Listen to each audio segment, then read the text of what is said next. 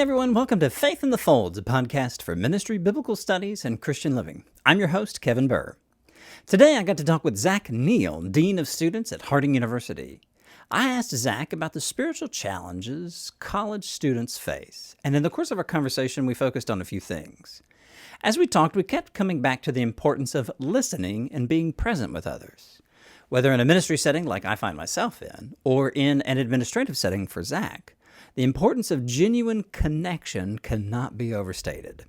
I think this is a timely reminder for us when so many of us are starved for regular, meaningful connection over the last year. And we'll get to see how this plays out in the lives and spiritual challenges Christian college students face. If you enjoy the kinds of conversations we're having here on the podcast, would you be willing to like and subscribe? And maybe share us with someone you think that might find this beneficial? And as always, thank you so much for tuning in today. Zach, thank you so much for joining us on the podcast today. I really appreciate your willingness to sit down with me and talk for a little bit about the spiritual challenges that college students face. But before we get into all that, can you tell us a little bit about yourself, kind of what you do at Harding, how you got into that role? Yes, sir. So this July will make 15 years that I've been at Harding. I was in that time frame. I've been director of campus life, assistant dean of students, and then this past 8 years served as a dean of students. My undergrad is in Bible and religion here from Harding, and then my grad work is in education, and then my doc work is in higher education. And so I served at a congregation in the Toledo area before coming back to work at Harding. So I only had about a 3.5-year period where between being a student at Harding and then coming back to work at Harding. Okay. So right off the gate, I want to ask a question that I think will actually get us to the things that we wanted to talk about. But I had either not known or had not remembered that you had a Bible degree from Harding. Just for the sake of kind of helping me place you in a historical context, when did you graduate? Yeah. So undergrad was 97 to 01. Okay. And I stayed for a year and a half, work on master's from Harding. And then I left and I came back, and doc work is through University of Arkansas. Okay. All right. Very cool. So the reason why I asked about that is because I wanted to ask this question. What does a dean of, well, let's back up just a sec. What does a dean of students do, and how did your Bible degree help prepare you for that, or did it? Yeah, absolutely. Well, one part of why I enjoy the work that I'm in is because it's pretty different every day. Some of the things that are just standard to what's expected of me is most of the time a dean of students is known for enforcing a handbook. And obviously that is a part of the role. There's 4 assistant deans also on the team. And so I meet with them on a regular basis in the different areas of campus life, residence life. That involves residence halls, housing on campus, a chat, sort of thing. So as far as the daily nuances of Harding, that's the role. The daily picture looks probably 6 of 8 hours I'm in a conversation formally with students, meaning they've made an appointment or I've called them to talk. Sometimes it's talking about fundraisers for their service group or social club. Sometimes it's they didn't want to go to a counselor, but they just wanted to talk to somebody for a little bit. And so kind of a mentor relationship. And that's probably my favorite part of the opportunity to be here. Then there's obviously the part that nobody likes of any job. It's kind of the paperwork side of things. I have to make sure that we're following all protocols, federal laws, and that sort of thing. When people ask, because it's a pretty common question, because typically a Bible degree and then you go into administration, it wouldn't make sense other than it's Harding. And so, and for me, it fits because I'm really not trying to be a dean of students. I feel like that I've reframed what ministry meant. Coming out of college, I just always assumed my paycheck would come from a local congregation. I would get to do then some short-term mission work, whether that's over summers with youth group or whatever it may be. That's just kind of what I had in my mind. And doors that opened lent themselves to a lot of youth ministry opportunities. I did have some preaching opportunities, but since then, even though I came back to work here in '06, I've only had 1 year of my life where I did not have some type of formal arrangement with a congregation in some capacity, whether that's outreach or youth ministry or preaching. And so I do a session outside of Searcy, a smaller congregation. And there's that itch is always there, that part of opportunities that God's given me. But specific to the question related to a Bible degree and then being at Harding, the textual part of my Bible degree, I think, is helpful in life, period. No matter what you end up doing for a paycheck is how I would word that. But the ministry pieces and the counseling pieces of my degree, I wish I had even more of, because I'm just working with people.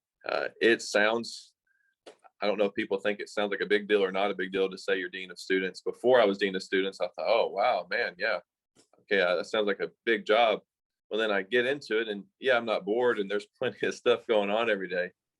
But I'm just working with people and they just happen to be mainly 18 to 25-year-olds. And I have really grown to just love this age group. They have the world right in their hands. Sometimes more confidently than maybe they should, other times not as confident as I think they should. Sure. But everything is before them. And Lord willing, they've got 50, 60 years on this earth. And so the passion, this job, it didn't change just because now my title is an administrator. We're told our whole life that we're all ministers.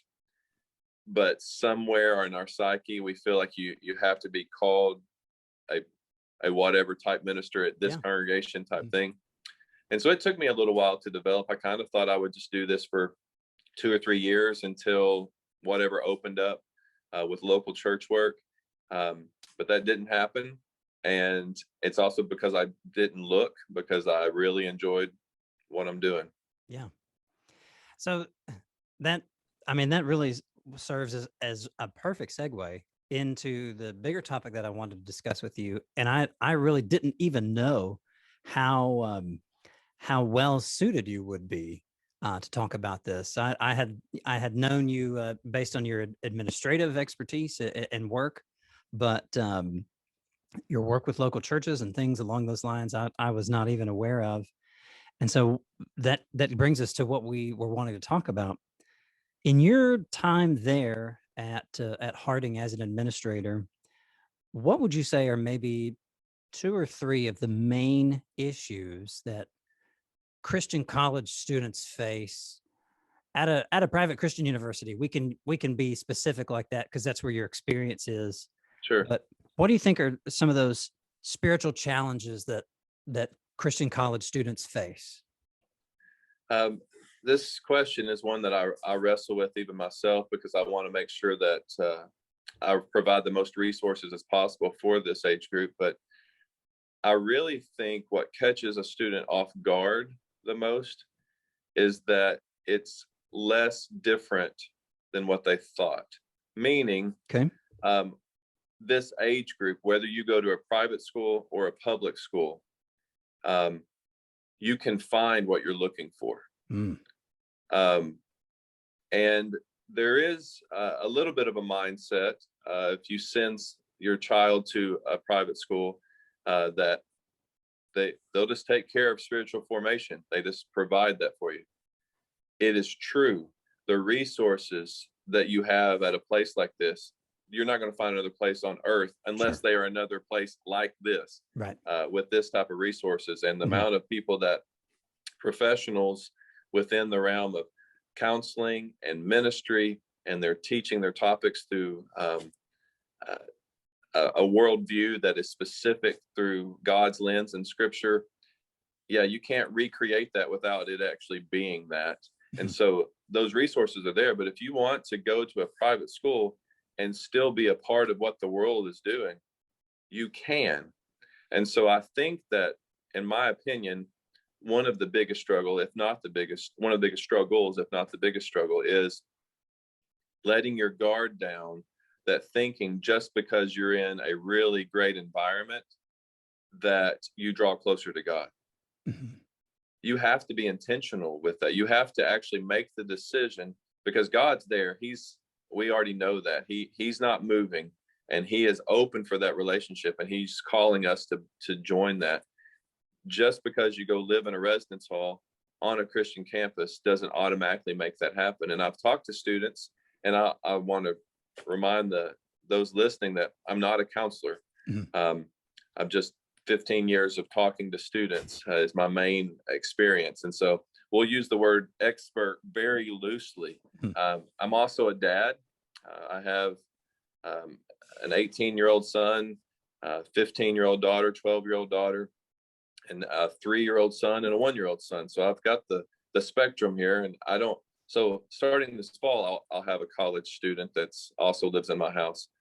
So I'm really shooting from a perspective that is what I've watched and what I've seen and who I've talked to. And I'll tell you in a couple of years if I've changed my answer Yeah, after I have somebody that lives in my own household of sure. that age group. Yeah. But depression and anxiety Mm. and those type of topics stem so much from students trying to find their value in a place that it seems their value should be obvious. Like, it comes from God. You're grounded in Christ. We're not known for what we do for a living type thing. Why are you stressing out so much about career, and why are you worried so much about who you're going to marry? Like, just trust. Well, the depression, anxiety that I see is you overthinking that and thinking that this should feel different. This should feel so natural. So why am I struggling with it? Mhm. My opinion is that's the only dart that Satan has left, is to try to confuse you. And we know he is he's the master of confusion in that. Yeah. And he is going to spread that lie. And that lie is that it's okay to tell God that I'm sad, or I'm depressed, or I'm anxious, or I'm worried. And it's an interesting, I don't know if dichotomy is the right word in that context, but this friction that's created of, but I have so much around me. Everything is so good, and there's so many opportunities, and yet I'm still struggling. Mhm. And so then it almost makes it worse than if you were at a public school setting, because then you would think, well, but yeah, I've got so many other, there's so much around me that it seems like I'm would be distracted more. Well, a private school setting, it is going to be intentionally different. And there's wonderful public schools and wonderful Christians working Yeah. in those environments, and we Mhm. need that. And so I don't want to give an implication in that direction at all. Right. But to think just because of an environment that you're going to have a spiritual formation that's different than somewhere else, I think that is that's a misguided thought that can be detrimental. Yeah. It seems like a lot of folks get to a school like Harding, or really any other school that takes its faith tradition very seriously, like Harding does. Mhm. Seems like a lot of folks will get to a school like Harding, and they almost are expecting maybe 4 or 5 years of church camp, where it's going to be one spiritual high after another. They're going to, they're going to be on fire for God. And what they don't realize, like you said, is that um, it is going to be, in some ways harder. You are going to be able to find, or I think another way to put it would be, you are going to be tempted Right. in ways that are very similar to what you would find outside of a place that either doesn't take its faith tradition as seriously or has no faith tradition. People, this is something that I don't think is unique to Harding, but I remember hearing this a lot as a Harding student, and then later as a student at the graduate school in Memphis, hearing about the Harding bubble, and how, and for those of you who are watching, Zach, you'll see me on the screen, but Zach smiled as soon as I said that phrase, Harding bubble. the thing that what a lot of folks don't realize at a school like Harding, and again, this isn't unique to Harding, you can find what you're looking for. In some instances, you might have to look a little harder, right? You might have to look a little bit harder. But when folks are coming with one set of expectations and they look around them and they get confused, like you were saying a minute ago, they get confused about, well, I thought life was going this way. My parents or my grandparents or my aunt and uncle or whoever else, they started dating sophomore year and they were engaged senior year and married on graduation day. And like, what is wrong with me? Why is that not happening to me?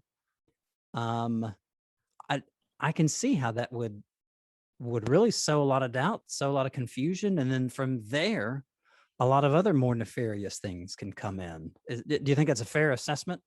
Yeah, no, I definitely think so. And it's our, and this is true in relationships. This is true in plans for career and that sort of thing. Our preconceived ideas tend to be what creates confusion later, as opposed to stepping in God's will of I'm going to look for these opportunities, praying about situations. If it's pure and it's holy, it's faith and prayer, then it's a good decision. Make that decision, and it's okay to change your mind later.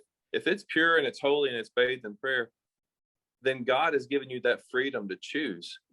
And there may be more than one thing that you could be doing. And this doesn't sound very romantic. There might be more than one person that might be somebody you could marry. Right.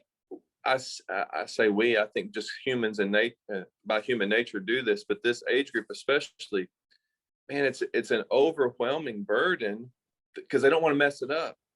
Let's do it right. Well, that's good. And I like that mindset, and I want us to be successful too. But there might be more than one way to glorify God. Mm-hmm. And when I say might, there is. And I think my own life has shown that for myself. That I'm 42 years old. I'm supposed to be preaching at a congregation where that is my primary source of income. I'm the guy that's doing the funerals and the weddings, and I'm doing visitation, and I'm a part of outreach, and I'm assisting the youth program as I can. Like that's what I'm supposed to be doing. That's what a minister does. Mm-hmm. The one that I was looking to be, and that's not what I do. Right.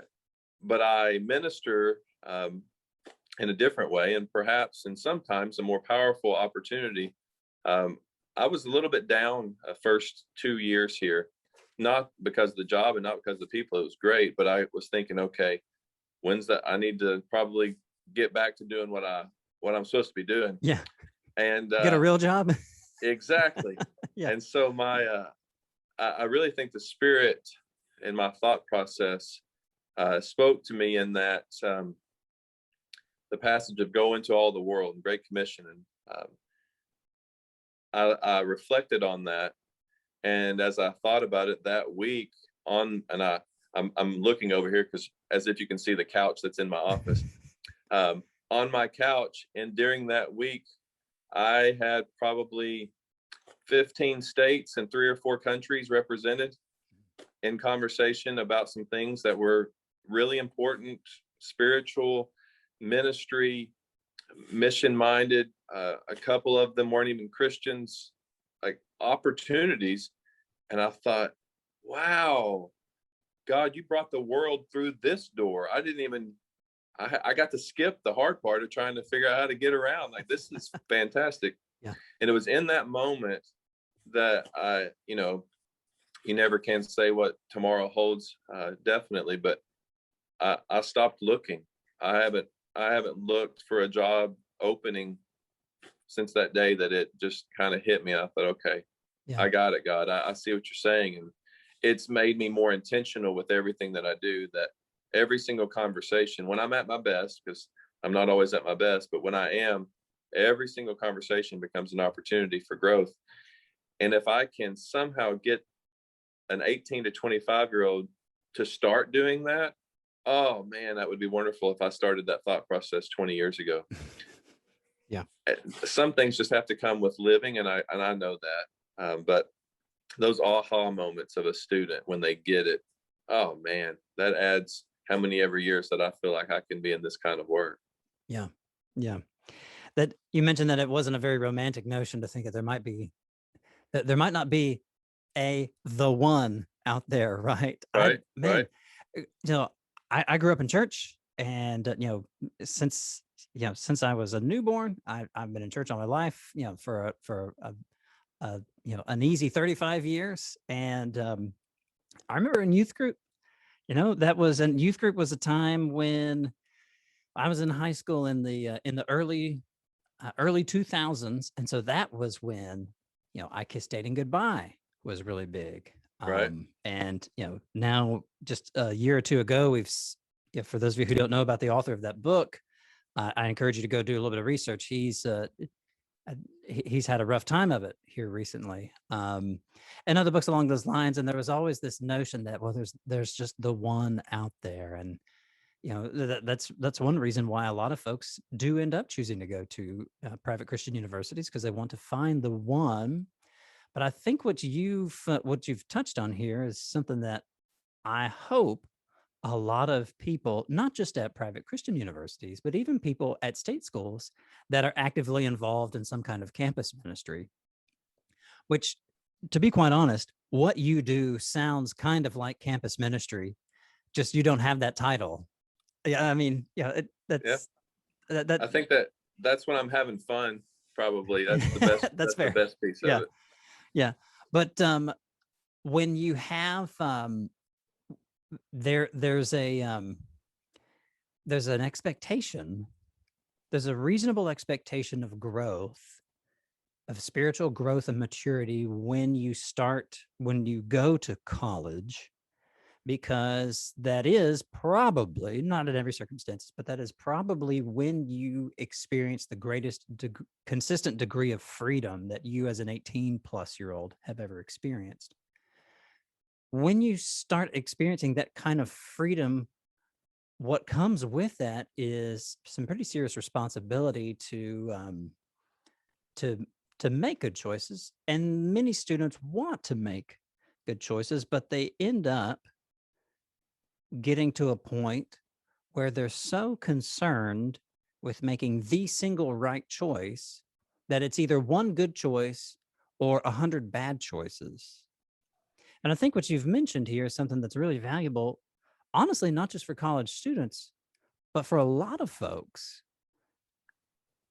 If you can find a way if you've been praying about it, if you've been looking at it, if it's pure and holy, like you said, there might not be just that one job out there. There might not be that one person out there. God, in his wisdom and in his grace, might give us free will to pursue an option, and provided that we're really bathing those decisions in prayer, I think that that's something that that can really be kind of freeing in a lot of ways. Yeah.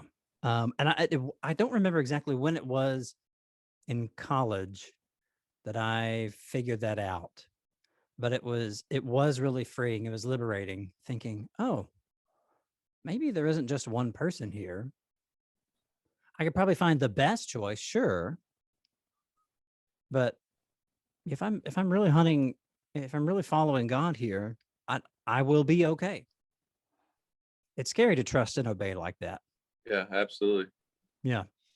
Zach, you were talking about the folks that had come and sat on your couch. And one of the things that you had mentioned earlier about kind of what you do besides enforcing a handbook was talking with folks as a mentor.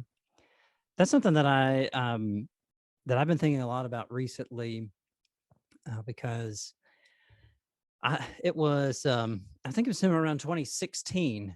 I was still in my doctorate and had just started a ministry position, part-time ministry position at a church up in Kentucky, and I was feeling a lot of pressure to do well, because I was also a new dad, and you had actually started an adjunct teaching job. Like a lot of things just all kind of came right at the summer and fall of 2016.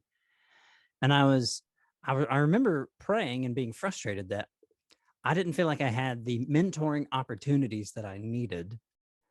And like a couple weeks after that prayer time, a younger friend of mine who had been in a youth group where I had served as a youth intern called me up and said, "Hey, Kevin, I was talking with some friends and we were all realizing the need for mentors. And so I was wondering if you would be my mentor." And like he just had the guts to ask me straight up, Right. "Would you be my mentor?" And I thought, "Oh God, I see what you're up to now." Okay. let's do this.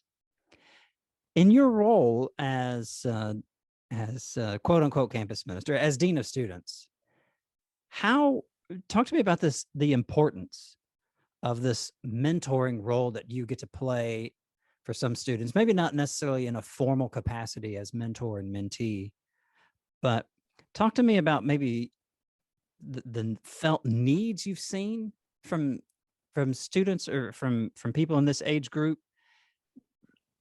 Can you share some of your experiences about being functioning in this capacity as a mentor figure, and kind of how what's some breakthroughs you've seen from students and things like that? Yeah, and some of this, it lends itself to almost more of a counseling response.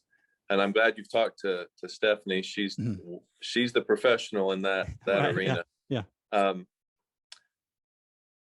Being quick to listen, slow to speak, and slow to become angry is Mhm. really my motto every day. I try to abide by that scripture, and I found that really listening became more of, I was a better mentor when I listened more than I spoke.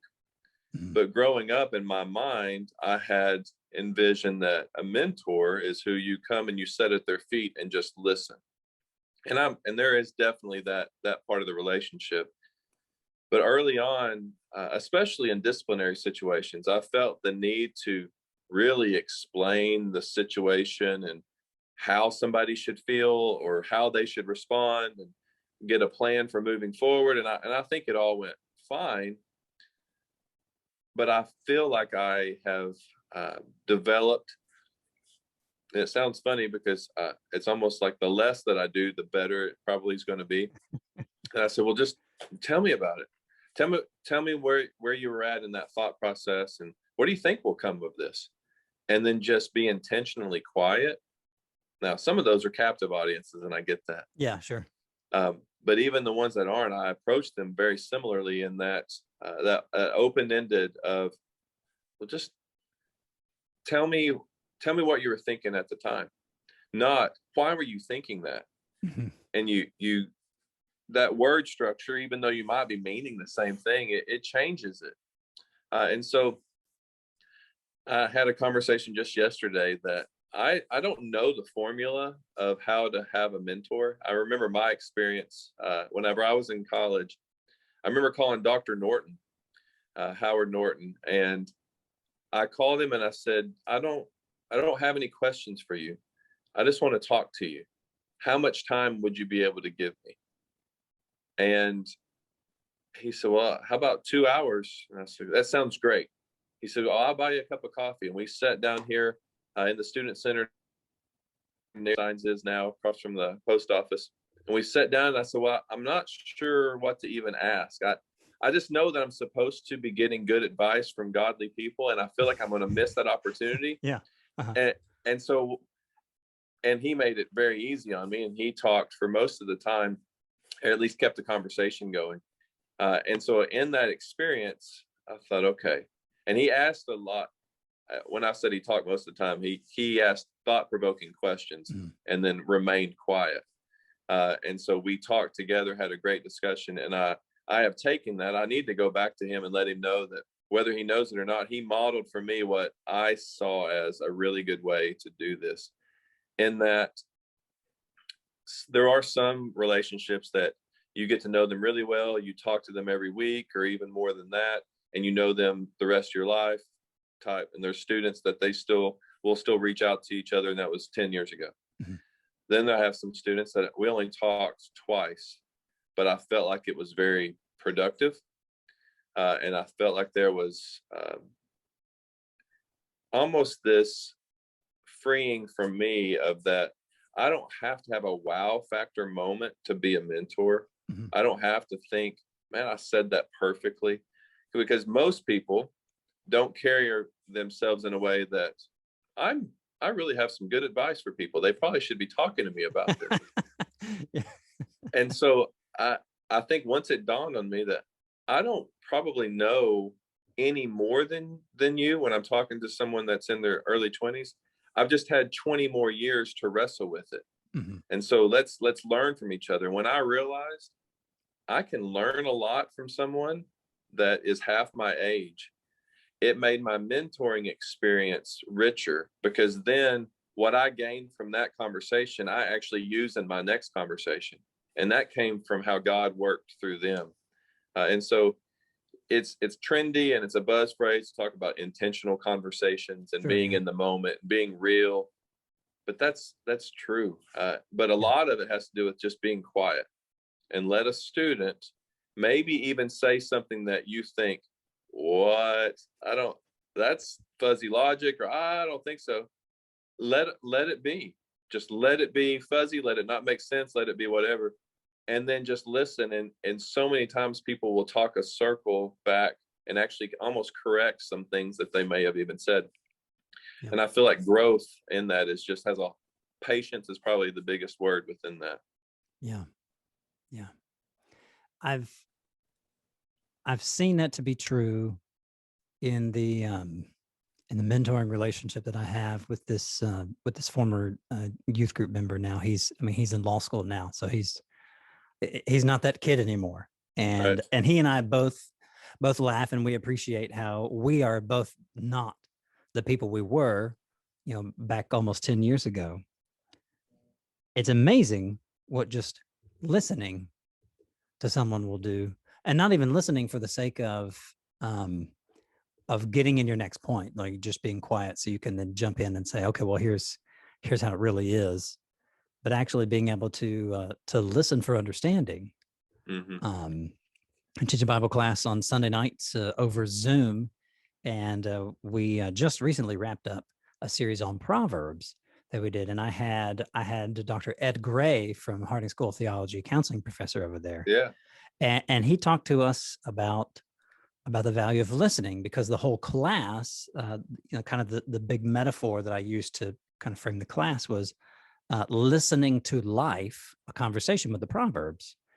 And it was absolutely a delight to hear Dr. Gray talk to us about just the value of listening for understanding, and, like I said, being real, or intentional conversations and stuff like that. The kind of trendy language to describe being invested in someone.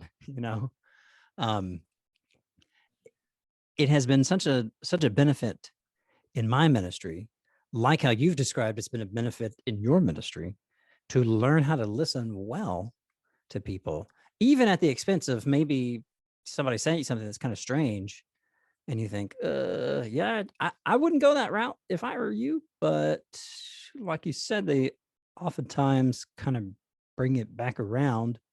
I imagine that Jesus did a lot of that kind of listening. And, with the disciples, we get the moments where Jesus actually said, okay, here's what the kingdom of God is like. We don't get a lot of the moments where Jesus scratched his head and thought, all right, guys, we got a long way to go and a short time to get there, but we're going to make it.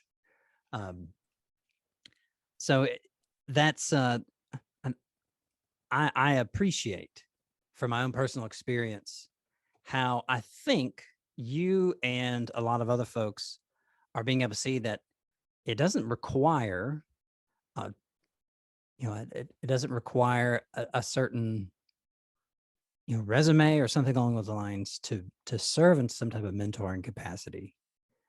It really requires an ability to listen, an ability to be available. Yeah, Yeah. absolutely. And for that age group, I think that that's especially valuable. Zach, can we talk about the second thing that I wanted to mention. And what role does social media have in shaping the typical Christian college student's spirituality? Being a mentor is about, really, to some degree, about positively influencing someone. I think it's fair to say that social media has a lot of negative influences Hmm. on folks. Can we dig into that for a little bit? Yeah, absolutely. Uh, and maybe I'm admittedly more positive than I'm supposed to be in some things. Um, so I talk a lot to two extremes. One is our student leaders that are organizing things and they're the forefront of things, and then I have talked to some students that maybe they have a lot of growth to come along. And so the middle 80%, maybe I don't have as much formal interaction. That's where I wander around campus and strike up conversations with that group. Um, but there is so much good being put out on social media too, Mhm. that I don't think we give it enough credit. Yeah. Um, and it's back to you find what you're looking for. Mhm. Now, one thing that I spend probably a fair amount of time in conversation with is that, whenever I was 20, I would have a thought and then I would move on, and I might mention it to a buddy or two and we move on. Now you have a thought, you're likely to post it in some format or tweet it out, and then all of a sudden it's there and you've got 500 more people than you even know that have seen your thought. And whether or not you even are able to take it down at some point, a lot of people are going to remember that. Mhm. And then a lot of times people see us, we are the equivalent of what we posted. Right. And so that's one thing that I try to remind students, that I'm old. I'm only a Facebook guy. I have a HU Dean Team Instagram page just to throw out some like drawings or something if somebody was to know an answer to a question. Yeah. Everybody sends me screenshots of comments via Twitter, so I don't have my own Twitter account. So I'm definitely getting old when it comes to what I use, and maybe I need to up my game a little bit in that. But I try to model that. I try to only talk about goofy things, food, family, and then something that's really encouraging. And it's fine for people to put their thoughts out there. And I think there's a lot of good conversations that come from it. But that's one thing that in talking to students, they almost believe that they've become defined by what they posted, Interesting. but they Yeah. rarely put a lot of time into their thought that they just posted. So that's the equivalent of me just having a passing thought and then all of a sudden somebody then treating me according to whatever I said. That can be very positive if it's good and it's holy and it's encouraging. But topics that are sensitive and you just voiced an opinion, all of a sudden somebody's written you off as whatever extreme that they don't see as a good thing. Yeah. Yeah. And it's hard to overcome that. And then, unfortunately, um, anxiety and depression are two topics I'll always come back to. Those become real because then you feel like people are looking at you differently, and maybe they aren't. They maybe they didn't see it, but you start assuming then that everybody heard about what you said or did, and maybe they did or maybe they didn't, but you start acting as if they did. I've had students tell me, "Well, I'm nervous to go out of the office because everybody knows I'm in here." And I said, "Well, who knows you're in here?" Well, as they talk about it out loud, probably nobody. And there's enough people in and out of student life office for 75 reasons that nobody's going to know. But we create our own scarlet letter, Mm. and I Mhm. think Satan thrives in that, Yeah. because I've had students return even from a disciplinary situation, and they're nervous of what people are going to think. And then they've come back to me sometimes. I don't always get to have this full circle conversation, but they realize that either very few people even knew, or actually people weren't being judgmental.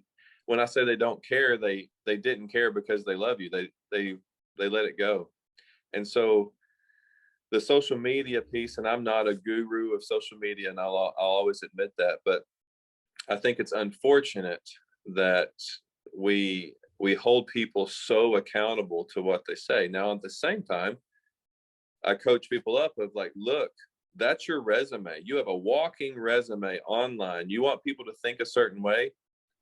You have a lot of authority on that. Mhm. It's not just a negative personality interaction or a social interaction. I mean, you posted it. Well, I just right when I thought it, I just said it. Well, that's not a great plan. You're Right. communicating to a ton of people. Yeah. So I lead with, I think there's a whole lot of positives that are there and can be found, Yeah. but the negatives, they just hang.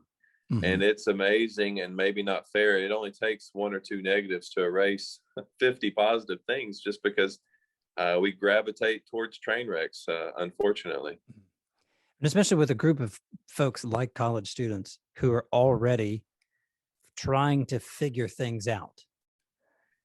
When they get to social media, I mean, it's one thing to grow up around something, grow up in a culture, and students these days grow up in a social media infused culture. It's a Right, totally different thing to actually know and understand the nuances and how that came to be and why things are the way they are. right, Um, I was like, I'm not an expert. I'm a minister, but I'm not an expert in ministry. You know, just like I'm not an expert in, if you were to take a look at me and check all the boxes, okay, well, he's tall, he has a beard, he has a doctorate. Like go down that list. Well, I'm not an expert in what it means to be all of those things, even though I am all those things. Students who are growing up in this social media infused environment, they already have so many other questions.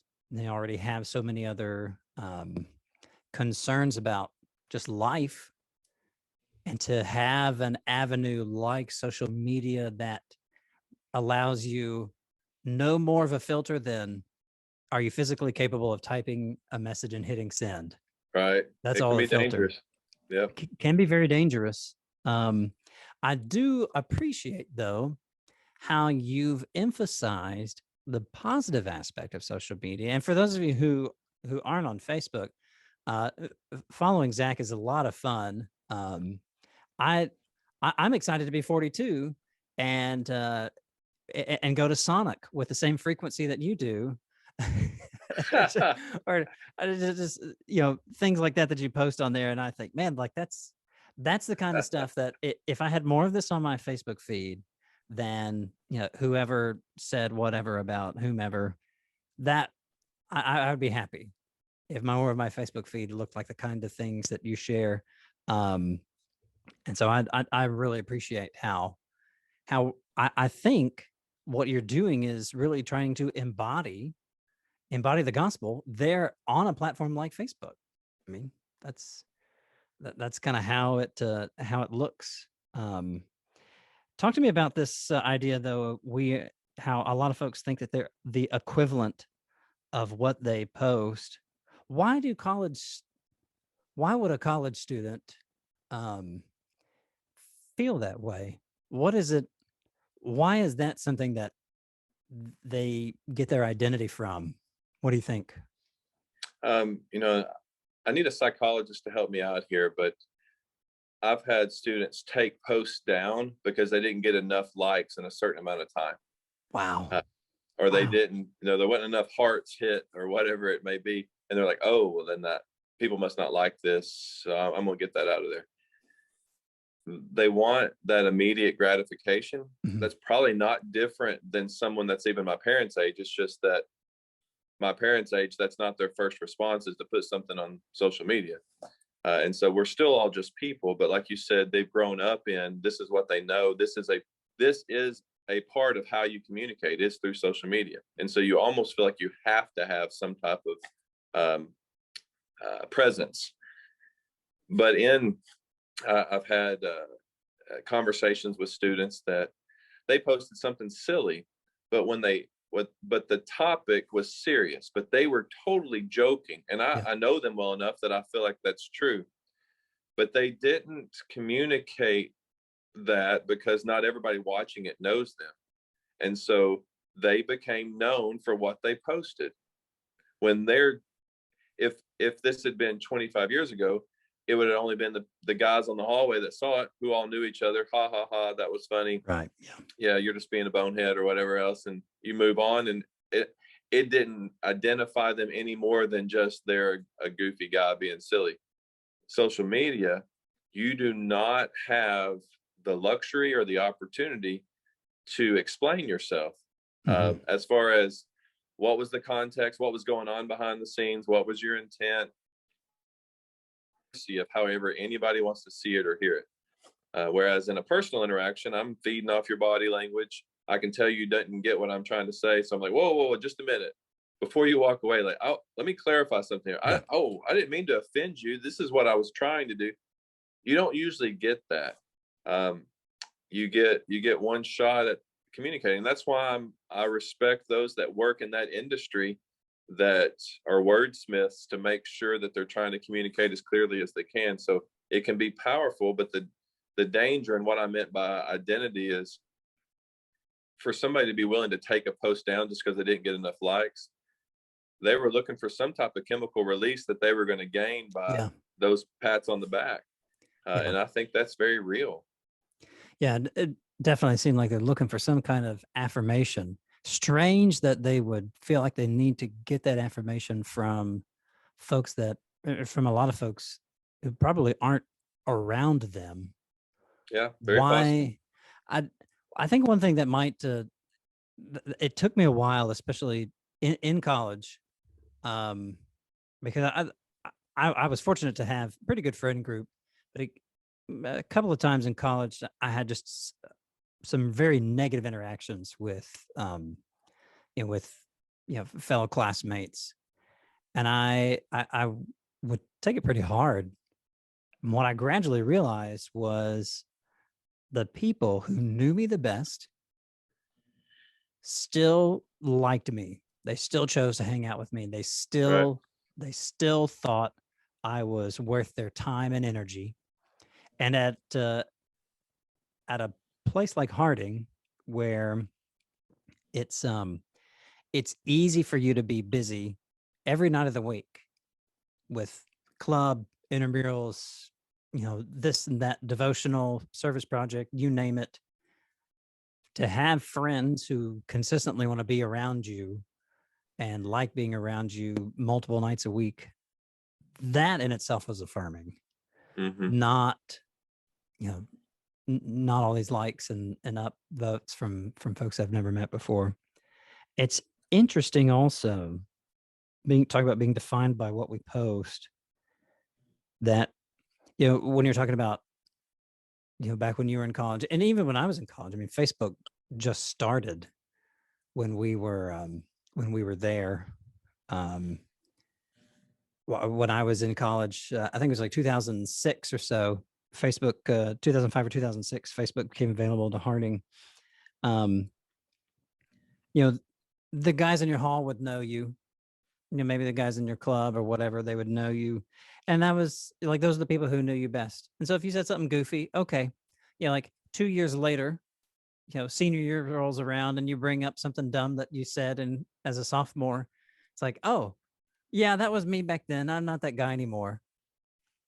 It's almost like we can't grow past our social media fails these days, and I think that's really detrimental to to anybody's, but especially to a college student who is as concerned with social media as a lot are. We've got to be able to learn how to forgive ourselves without necessarily expecting others to forgive us first. Does that make sense? Yeah, definitely. And I think, you talked about they are interested in the social media, and not every single student of that age group, or of the 18 to 25-year-old mindset, but the majority for sure. So there's two options: either asking and training and modeling and mentoring, whatever word you want to use, quit putting so much value in that, Mm-hmm. or reframe how you look at it.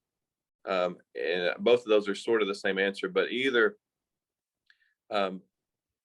change the way you're doing it, or stop putting so much value into it. But if it may be impossible to convince somebody that social media isn't supposed to be as valuable as they see it. And so if they're going to be on it anyways, and that is going to be a means that they use for communicating and identifying and that sort of thing, well, then we just have to see it as it's almost like it's its own person now. And then okay, well, how do we approach it in the most positive way? Yeah. How can we use it for the most glory, as opposed, don't run away from it. Those are your two options. You either quit using it, get off of it, or let's reframe and let's use it to glorify God and to make good decisions and forgive yourself, like you mentioned. If you weren't doing that 2 years ago, don't go on a witch hunt trying to delete everything that you've ever done. Like, if you know some things that'd be easily deleted, sure, go do that. But don't. Let's forgive and move on. Our identity's not in that. This is who I am now. And the more that we can do that, I think that self-esteems won't be so attached to social media. But we hear those terrible scenarios where people take their own life because of something that was said about them or something like that. It breaks my heart, because it's the furthest thing from where we should be gaining our value. But if that's the case, then let's pour some energy into how to use it, as opposed to just considering it something you stay away from, and then all you do is increase the amount of guilt that someone has that continues to use it. Yeah.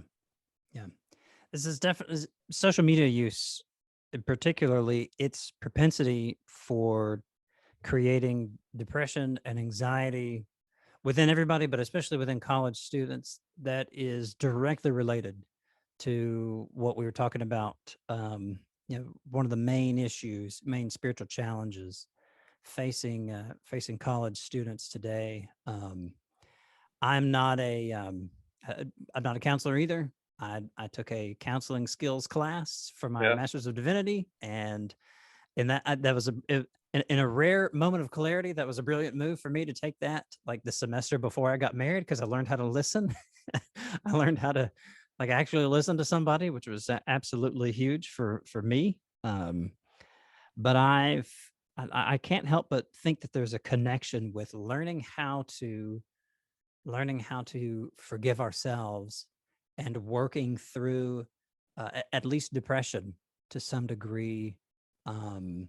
Learning how to trust in learning how to be more spiritually mature and trusting in God could, I think, help us begin to overcome anxiety and and two things that you mentioned earlier that college students face. Let's ask this as we kind of begin to wind down this afternoon. Let me ask this: what do college-age Christian students have to offer the church? What do you think? This answer is one that I actually hinted towards in a chapel talk recently. And this sounds kind of interesting, coming from someone that works with college students and has read the books about generations and how different generations think and that sort of thing.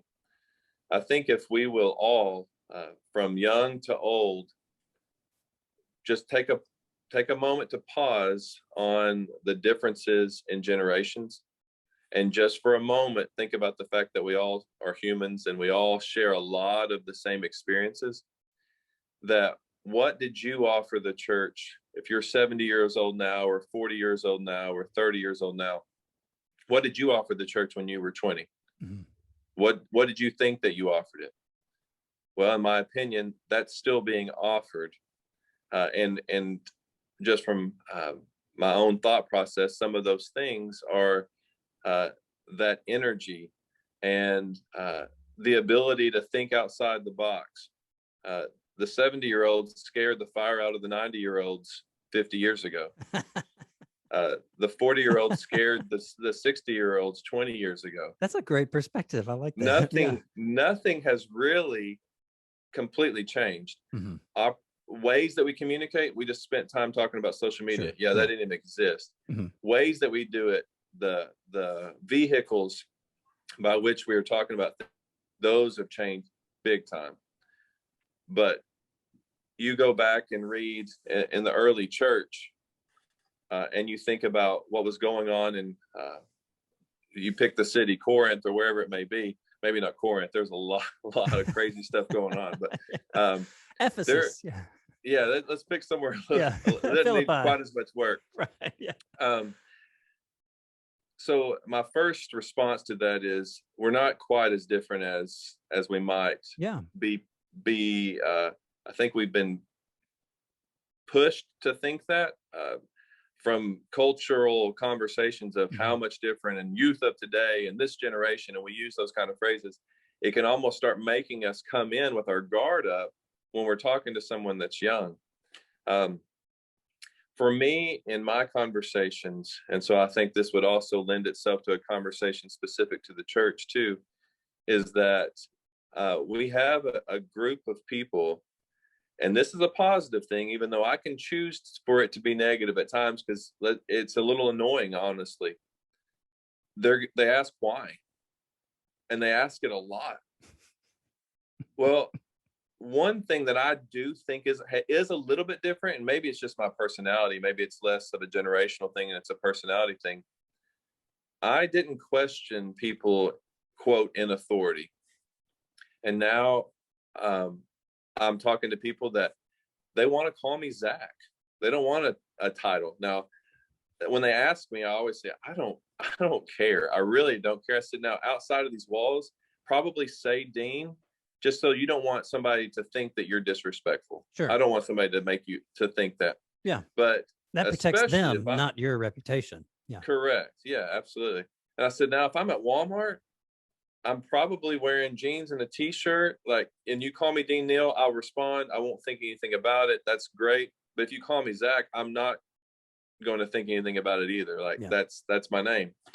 So I get that story because titles seem to mean less now than what they used to. Interesting. Is it just, I guess, my feel for that.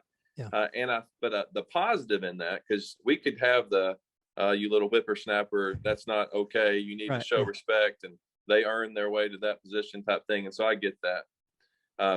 But the positive of that is, here is someone that you invite them to the table, they're going to give you ideas. You invited me to the table when I was 20. I probably was going to be quiet for a while because I didn't want to be disrespectful, or I didn't want to act like I knew it all. This individual, just because they're willing to voice their opinion, doesn't mean that they think they know it all. That's what we are quick to assume. Well, sure. Who are you? You're 20 years old and you're telling me how. They're giving you what they think based on their experience. And if we'll listen long enough, we may just find that they have an idea that we haven't thought of because we've just been plugging and playing for 20 plus years, 40 years, however long we've been out of that age range. And so respect goes both ways. And sometimes if we feel disrespected, we immediately shut it down and we don't gain anything from the other party. So this goes both ways. But if I will get past this guy just calling me Zach and I'm dean of students, and sit down and talk, and when he says, why, for my life, why do we have this rule? Well, instead of, well, it's Harding University and we have whatever rules we want. Right. Why not? That's a great question. Do you have some ideas on why the rule might exist? Because sometimes they're being sarcastic, but if they're being for real, I have to gut check to explain it.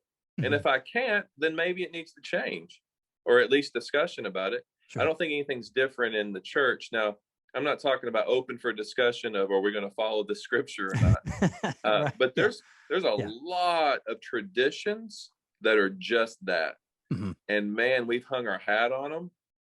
And it may not matter if we have pews in that building or not. And and there's a wide range of topics. And so I'm a conservative person. I'm not they used to do that in the early church. I don't know why they did. Let's just do something different. I'm not losing my mind on this topic. Right. But I do think we need to relax a little bit. We need to listen more. We need to take a deep breath. And we also need to be willing for someone to give an idea that we don't even agree or like, but let the idea set long enough that we can actually have an opinion about it. Because if they start talking and I go, "Oh, are you kidding me? We tried that already. That didn't work." Yeah. Well, for one, you may have just shut down that relationship. Right. But for two, you might have just cut the legs off of something that was about to be beautiful, but you didn't give it any time. And so, um, the older I get, the more that I realize that people remain people, and so be less worried about how old someone is, and more concerned about what they're saying. Mhm. I like that. Listening definitely lends itself to relationships. Absolutely. And yeah, I like what you said. I've got a 4-year-old, and every morning he comes into our room, and he's ready to tell me, all the things that he wants to do that day. Some of them are pretty wild. I can't tell you how many times he has wanted to plan his birthday party with Spider-Man and Captain America and all these other folks. The other day he told me that his favorite superheroes were Spider-Man, Captain America, and Michael the Archangel. It's like, and he knows what he wants to do with all these Yeah, guys too. I'll come But to that birthday party. yeah, exactly right. That we based on what Scripture says about how much of a boss Michael is, we know who's not going to be there. Absolutely. But he's got all these ideas of things he wants to do, and like things he wants to do for for my wife, his mom, and like what we can do for her birthday and stuff like that. And I'll play along, I'll listen. I mean, he's 4. He's some of it's just funny, but usually there's something in there where I can think, okay, we might actually be able to do something kind of like that. Let's kind of run with this a little bit. I I mean, it's not, you are not at all the first person to say respect is a two-way street, but I'm confident that a lot of us forget that when it comes to dealing with college students. I have found that one of the things that helps me, at least to some degree, be a little bit more willing to listen to either a 4-year-old or somebody in high school or college is that, man, I remember what I was like back then. I remember the boneheaded ideas that I had, and how I had a lot of passion and interest for doing things that would actually probably had turned out to be bad ideas if I didn't have somebody to say, "Hey, let's see what we can take with this. Let's see where we could go with this. Maybe there's something to that." Right. Yeah, that has been absolutely useful, and that brings us back to what you were saying earlier. It's like, okay, 80-year-old, 60-year-old, 40-year-old. What do you think? What do you remember having to offer back then? That's I like that. It feels like to me the root of that kind of thinking is humility. It, do, can you see that? Do you think that's fair? Yeah. Yeah. Absolutely. Yeah. Um, Now, one thing that I tell the 20-year-old is, now when you're talking to your grandparents, they've been 20 before. You've never been 75 before. Right. So Yeah. show them that respect. You don't Yeah. know what it's like to live 55 more years yet. They do know what it's like to have lived 20 because they did it. Mhm. And their memory of that is probably better than what you think.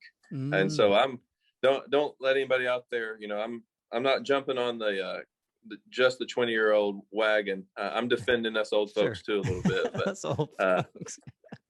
Yeah, that's right. Last thing I wanted to mention, Zach, if you've got a couple ideas, which by the way, this whole time it has been tough for me to call you Zach because of that same reason. You're in a position of authority. You've earned that title of dean, you know. And this whole time I've been fighting off calling you Dean Neal. that's funny. But I think you corrected me about that like a year ago when I I first did. when I I did. first mentioned trying to get together with you sometime last year, and it didn't end up working out. I was like, and don't call me Dean Neal anymore. Just call me Zach. I appreciate that. But let me ask this. How can adults kind of beyond typical college age, how can we walk with college students? What what's maybe a couple of things we could do to help them grow in their faith? I think one of those things is listening, like we've been Right. talking about back and forth. Is there anything else that you've seen to be especially effective in your ministry as an administrator? Absolutely. I think this is an empowerment thing, and it's a trust factor. Definitely listening whenever somebody prompts that and contacts you, Mm-hmm. but and don't, as I will tell someone young, don't try to change the world all in one day. As a mentor, someone that's lived on earth a little bit longer, don't try to influence every single 20-year-old, but give some prayer into some thought into who's 2 or 3, 4, maybe 5, not more than that, because I don't think we could do a good job, that are in our circles, that are in that age group, that I could contact and say, hey, do you have time for coffee? And I'd like to just pick your brain a little bit, and maybe ask them questions similar to maybe what you've asked me about their own generation and their own age group of what they think. I think that that's important. I think that goes a long ways on many levels. And then also, there's a question that we ask students that are here for trustee interviews, Mm-hmm. that are trying to receive a trustee scholarship. It is, what's a leadership quality that someone has seen in you and then capitalized on that by asking you to do something? We frame that to this high school student. Yeah. So I've been thinking, well, I need to do that more often. I need to look for that young person, whether it's high school or college or just out, where I say, hey, I've got this idea. Here's something that needs to be done, or here's a thought that I have. You think you could run with that? Mm-hmm. And then trust them. And maybe they might do it a little bit differently than what you had in mind. But if it's not immoral or unethical, you might just need to leave it alone. But I think being proactive in those conversations is probably the first step. And those might be 2 ideas within that response. Yeah. There are a lot of statistics that talk about where students go after college, and they don't really align themselves percentage wise. The statistics are not in our favor, that they're sticking with what we would consider being members of a church, Mm-hmm. at a congregation. Yeah. And so I think that it's important not to just trust that, well, they've got lots of good influences out there. Take it on a personal level. That core group that I just prayed about and thought about, I'm going to really engage in a conversation with them. And even though I just said, ask to coffee and ask them questions, this is hard to do because we always want to capitalize on the moment. And our definition of being intentional is maybe making sure that there's this major takeaway. Mm-hmm. Maybe something that's, it's just for fun. Like, just spend some time together. Yeah. And allow that to shape where you go, as opposed to like feeling like you have to interrogate someone. Because I know that sometimes they kind of feel like that. Yeah. That we're just picking their brain all the time, there are some settings for that. So Sure. All of my answers lend themselves to a relationship approach. Get to know somebody, be there for them. These aren't wow factor answers, and I know that, but I think they can have wow factor benefits for sure. Yeah. Last thing I want to ask you, and it's related to this. Have you found in your experience that college age students are generally interested in this kind of relationship? I mean, I'm 35. What college student wants to hang out with me, right? Yeah, I think, the definition of hanging out, what I define that as, probably is not to the extent that they may want. But a coffee for 30 minutes or an hour, Mm-hmm. with a heads up of, hey, I think what you did last week at such and such was awesome. So I just want to talk to you about that. And then let that conversation go. You have to be aware of what they're involved in, what they're interested in, that kind of thing. Find a door and just say, hey, I want to just ask you, I want to hear about that experience. I heard that you're at Harding, or I heard that you go to OC, or I want to just talk to you about your experience.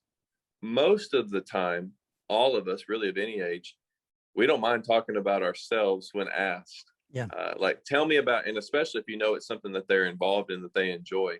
Mm-hmm. But typically those conversations grow into other other things. And when I'm talking to young people, I'm always telling them, man, when you're home for break, find a chance to talk to your grandparents and just ask them questions, talk to them. So every chance I get, I'm asking both sides to do the same thing. And I think there's just some really biblical and rich growth that comes from that. Yeah. I like that intergenerational approach. And that reminds me of a conversation I had earlier in the podcast with a friend, Luke Dockery. He's the youth and family minister at Cloverdale Church of Christ there just down the street from Harding's campus. Luke's done a lot of great research of his own and using other youth ministry experts to really come up with a kind of a comprehensive philosophy for youth ministry that is essentially like what you said about it emphasizes the importance of intergenerational relationships, of listening for understanding, of building relationships with people who are older in their faith. Obviously we, just the way the culture is today, you need to be careful. College students and it's high school students, which is who Luke works with. You want to find good, honorable folks to be in relationship with. Yeah, absolutely.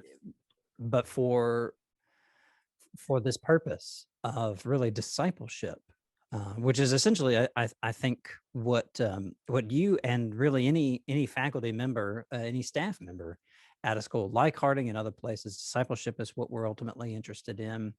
Finding these ways where we can establish some kind of common ground with students, where we can encourage them in ways that are godly. We can help them run with godly things that they feel called for or are equipped, gifted to do. Like you said, relationships, listening, not necessarily wow answers, but might give us wow type results. Yes, sir, for sure.